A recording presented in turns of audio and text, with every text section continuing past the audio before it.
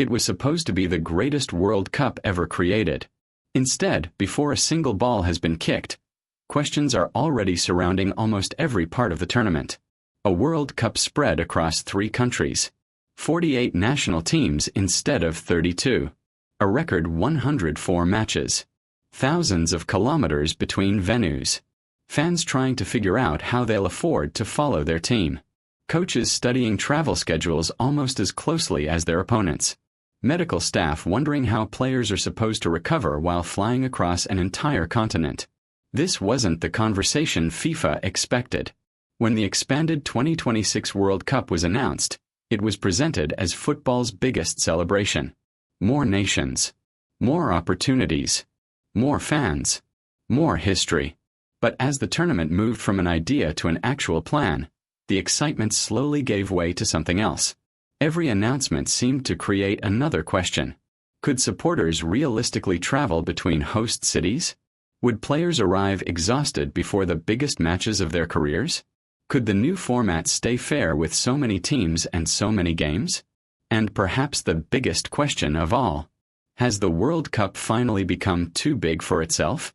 Because the closer football gets to 2026, the louder those concerns become. Not because anyone wants the tournament to fail, but because the scale of what is being attempted has never existed before. This isn't the story of one bad decision. It's the story of a tournament carrying expectations so enormous that every solution seems to create a brand new problem. On January 10, 2017, football changed forever. Standing in Zurich, FIFA officials confirmed what had been debated for months. The World Cup would expand from 32 teams to 48 beginning in 2026. For nations that had spent decades falling just short of qualification, it sounded like a dream. More places meant more opportunities. More countries would hear their national anthem on football's biggest stage. More fans would finally experience a World Cup that had always felt just out of reach. The announcement was met with applause. But away from the cameras, people immediately reached for calculators instead of champagne. 48 teams couldn't fit into the old tournament structure. The fixture list had to grow. The schedule had to change. Host cities had to multiply. Almost overnight, what had once been a month-long football festival became something far larger. Then came another announcement. The 2026 World Cup would not be hosted by one nation, but by 3. The United States, Canada, and Mexico would stage the biggest tournament football had ever attempted. 16 host cities. 104 matches. Nearly twice as many games as the 2022 World Cup. On paper, it looked historic. In practice, it introduced problems no previous World Cup had ever faced. As broadcasters celebrated the record numbers, coaches quietly studied the calendar. Club managers wondered where players would find time to recover. Supporters opened maps and realized some host cities were separated by thousands of kilometers. The excitement hadn't disappeared. But for the first time it had competition. Concern. Because making the World Cup bigger was the easy part. Making it work would prove to be something entirely different. And nowhere was that challenge more obvious than on the map itself. When the list of host cities was finally revealed, the scale of the tournament became impossible to ignore. From Vancouver in the north to Mexico City in the south. From Seattle on the Pacific coast to New York on the Atlantic. The 2026 World Cup wouldn't just cross borders, it would stretch across an entire continent. For television viewers, it looked spectacular. For the teams, it looked exhausting. Imagine finishing a high-intensity group match, stepping onto a plane for several hours, crossing multiple time zones, landing in a completely different climate, and having only a few days before doing it all again. That wasn't a worst-case scenario. It was built into the tournament. Some venues sit at high altitude, where players tire faster and recovery becomes more difficult. Others are expected to bring intense summer heat and humidity. Meanwhile, northern cities could offer completely different playing conditions just days later. Preparing for one opponent was no longer enough. Teams also had to prepare for geography. Supporters quickly realized they faced the same challenge. Following a single nation through the group stage could mean booking multiple flights, changing hotels, navigating different currencies, and crossing international borders in just over a week. What had once been a road trip between nearby host cities could now become a journey spanning thousands of kilometers. Every new travel estimate sparked fresh debate online. Every route map reminded people just how enormous this tournament really was. The expanded World Cup promised to bring football to more places than ever before. But every extra destination came with another question. Could the players still perform at their highest level after so much travel? Because the next problem wasn't about distance. It was about time, and there never seemed to be enough of it. As the host cities grabbed the headlines, another problem was quietly taking shape. The schedule. With 48 teams and 104 matches, the tournament had become longer and far more demanding than any World Cup before it. Every extra game meant less room for recovery, especially for the players expected to reach the final.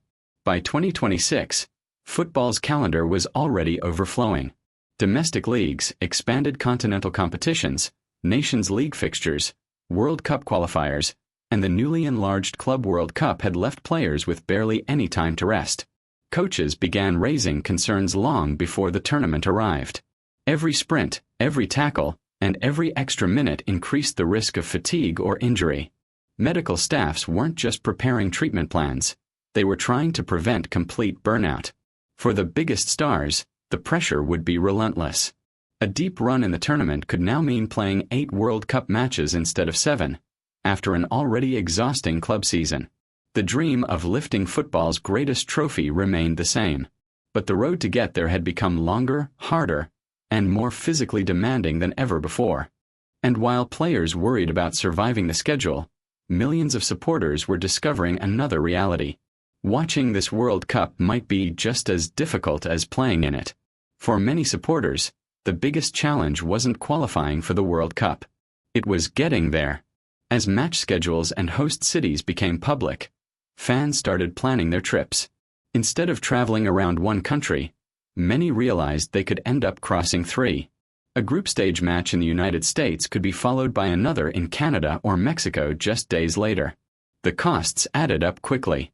Flights, hotels, match tickets, local transport, food, travel insurance. For supporters hoping to follow their national team from start to finish, the total price could reach thousands of dollars before the knockout stage had even begun. Social media filled with travel estimates and fan-made itineraries. Some supporters admitted they could only afford one match. Others said they had already given up on attending altogether. The expanded World Cup promised to welcome more nations than ever before. But for many loyal fans, being part of that celebration suddenly felt further away than ever. Inside the stadiums, organizers were preparing for record crowds. Outside them, another question was growing louder. Could football's biggest tournament still feel like a festival if so many of the fans who created its atmosphere couldn't afford to be there? And with kickoff getting closer, organizers still had one final test waiting for them. When the official draw format was revealed, even experienced football fans had to stop and read it twice. Gone were the familiar groups of 4. Instead, the 2026 World Cup would feature 12 groups of 4 teams, with the top 2 from each group, and the 8 best third-place teams, advancing to a brand new round of 32. It meant more matches, more qualification scenarios, and far more calculations. As simulations appeared online, supporters began asking the same question. Who actually goes through? A team could finish 3rd and still reach the knockout stage. Another could win one match, draw another, and still face elimination depending on results happening hundreds of kilometers away. For coaches, preparing for the tournament became even more complicated. Winning a group no longer guaranteed an easy path. Finishing 2nd, or even 3rd, could completely reshape the knockout bracket. The margin for error had changed. Every goal, every yellow card, and every point difference suddenly carried even greater weight. FIFA described the new format as a way to give more nations a chance to compete. Critics argued it also made the tournament harder to follow, with qualification scenarios becoming more confusing than ever before. And while fans debated whether the new system was an improvement, one reality remained impossible to ignore. The format wasn't the only gamble. The tournament itself was about to face its biggest test yet. The real verdict on the 2026 World Cup won't come from FIFA. It will come from the opening weeks of the tournament. The moment airports begin filling with supporters. The moment teams start flying between host cities. The moment the first players show signs of fatigue. And the moment the new format is tested under the pressure of real competition. If everything runs smoothly, the expanded World Cup could deliver something football has never seen before. More nations chasing history. More unforgettable matches. More fans celebrating on the sport's biggest stage.